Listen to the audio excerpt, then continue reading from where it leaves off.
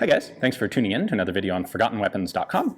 I'm Ian McCollum, and I'm here today at the Cody Firearms Museum, part of the Center of the West in Cody, Wyoming, and we're taking a look at one of the really interesting prototype Winchester rifles in their firearms collection. This is a Winchester Model D, which is kind of a pretty boring name.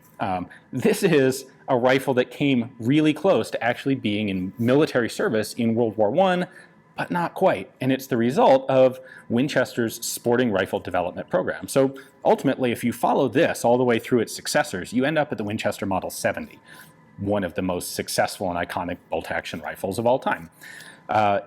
Work on this thing, or development of this thing, began basically in 1914, and it was done by a guy named T.C. Johnson, who was in charge of Winchester's development at the time. He had originally been the assistant for William Mason. When Mason passed away, Johnson took over his position, and Winchester wanted to market a bolt-action, full-size, modern sporting rifle. So Johnson put together this design in 1914, and it's largely Mauser-based, and his original gun was called the Model A. Most notable difference from the rifle we're looking at here, the D, the Model A had its rear sight up here, like a 1903 Springfield.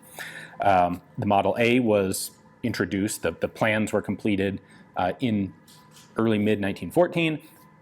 It was developed as both a military and a sporting rifle. Once World War I broke out, Winchester realized, hey, maybe there's a military market for this thing. So what they basically did was threw on some military hardware, full handguard, bayonet lug, that sort of stuff. Now, they almost immediately updated it to the Model B, a little lighter, a little simpler to manufacture. And the Model B is ready like late 1914. Well, that's right about the time that Winchester gets a contract to manufacture Model 1914 rifles for the British. So to do this, they're going to have to set up a production line and set up tooling, and all of the design department, all of T.C. Johnson's time, is basically sidetracked into, we need to make this contract for the British work. So he takes about a full year in getting the Pattern 14 rifle set up for production at Winchester. Process with a lot of speed bumps in it, but ultimately quite successful. By the time he's able to get back to this rifle, it's 1916, and he's taken some of the lessons from the Pattern 14 and adapts them to his design and updates it to the Model C. The most substantial change being they lengthen the receiver and add a rear aperture sight to it. This gives it a really nice long sight radius. It's practically speaking, in my opinion at least, a much better system, more accurate, more user-friendly than the forward-mounted open notch sights of most of the military rifles of the time. At any rate, 1916, plans for the Model C are sent to company management for approval. They come back saying, yeah, that looks pretty good, we should make it, but we should also consider making like the economy version of it, a little simpler, cheaper to make for foreign exports, because hey, there's this big war going on and we still think there's a potential to sell a bunch of guns to somebody. So the Model D is the result. This is the economized version of T.C. Johnson's Mauser-based sporting rifle. So let's take a look up close, and I'll show you some of the specific features on it, and then we'll come back and talk about what happened to them. So if we look at this up close, it looks actually very similar to the Pattern 1914 rifles or Model 1917 rifles that are much more familiar to us today. We have a rear aperture sight here. You'll notice, however, that the range markings are really kind of a different style, different pattern than on the 1917.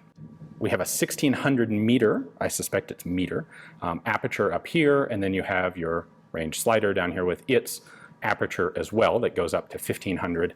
This, of course, is used by lifting the whole thing up like so. And then, of course, you have your standard battle sight down here.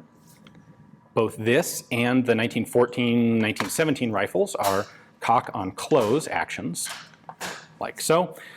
One of the most readily distinctive features of the Model D here, however, is that it has a flag safety like a Mauser, where the Enfield-based rifles have a thumb safety lever on the receiver. So the only marking other than a couple of serial numbers on this rifle is this guy right on the receiver bridge, 6.5 millimeter. This one is in 6.5 Portuguese caliber.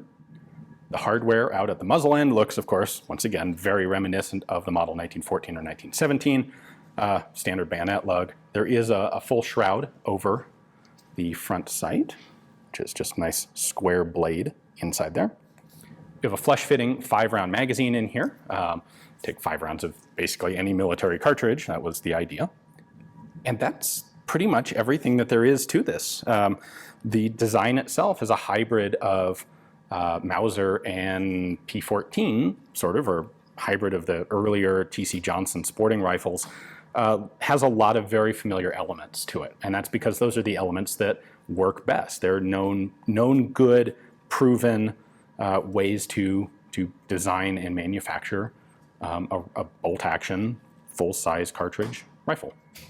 So like I said, Winchester really didn't have a specific cartridge in mind. They intentionally designed this to fit basically anything that was in service so that they could easily adapt and sell it to anybody, kind of like the Maxim gun in that way.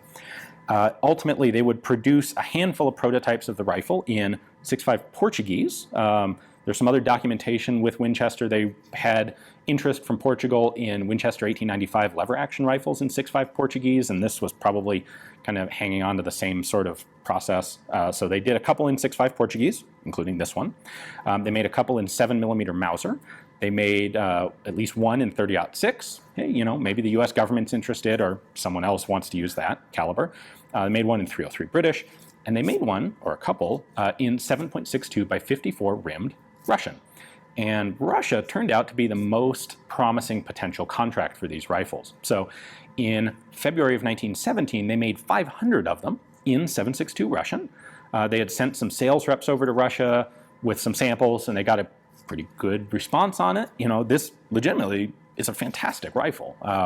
It's efficient. It's everything that the model of 1917 rifle is, except it's a little lighter. And hey, if we can sell these to the Russians, awesome. So they send over 500. The Russians like them and figure like, it's looking like they're going to send these rifles into field trials and maybe actually buy a lot of them. Well, the plan to send them into field trials takes form in like October of 1917. Some other stuff happens in October of 1917, namely Russian Revolution, and the change in government kills, you know, any potential for Winchester marketing these rifles in Russia. They just don't have the time and bandwidth to deal with testing a new rifle. Much more important stuff going on for them. So that's basically the end of the Model D. The rifle was a little bit too late to be seriously considered for U.S. military adoption. You know, it was too close to the actual wartime usage to be adopting a brand new rifle. Now, you may look at this and say, hey, didn't the U.S. actually have Winchester make them a brand new rifle in 1917? Yes, they did. The model of 1917 rifle was Winchester adapting the British P14 that they'd made just a couple years earlier, adapting it to 30-06, selling it to the U.S. government. However, if you look at it from sort of a bureaucratic marketing perspective, they're able to go to the US government and say, look, we just made hundreds of thousands of these rifles. We've got a production line set up. The tooling's done. We know it works. It's been tested. The British like the rifles. All we're going to do is just modify that to your cartridge, 30-06, and we can make those. That's a different proposition than, hey, we have this brand new rifle, and the Russians think it might be okay. You should buy some. You see the difference in the potential appeal there. So the Winchester ended up manufacturing 1917s for the U.S. military. The Model D, the Model D ended up evolving. There was a Model E. There was, I believe, also a Model F.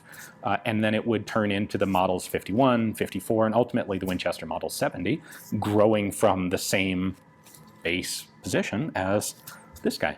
So pretty cool to get a chance to take a look at this. While they made 500 of them for Russia, I believe most of those are long gone.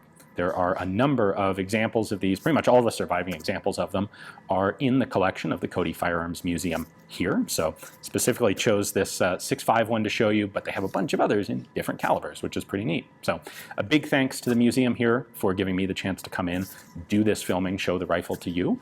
They have actually just, as I'm filming this, I'm going to date myself here, they have just reopened the main public firearms museum. They have even more guns on display now, and it is truly, I think I can fairly say, the best firearms museum in the United States. So if you're going through Cody, visiting Yellowstone, or otherwise in the area, absolutely take the time to stop in and check it out.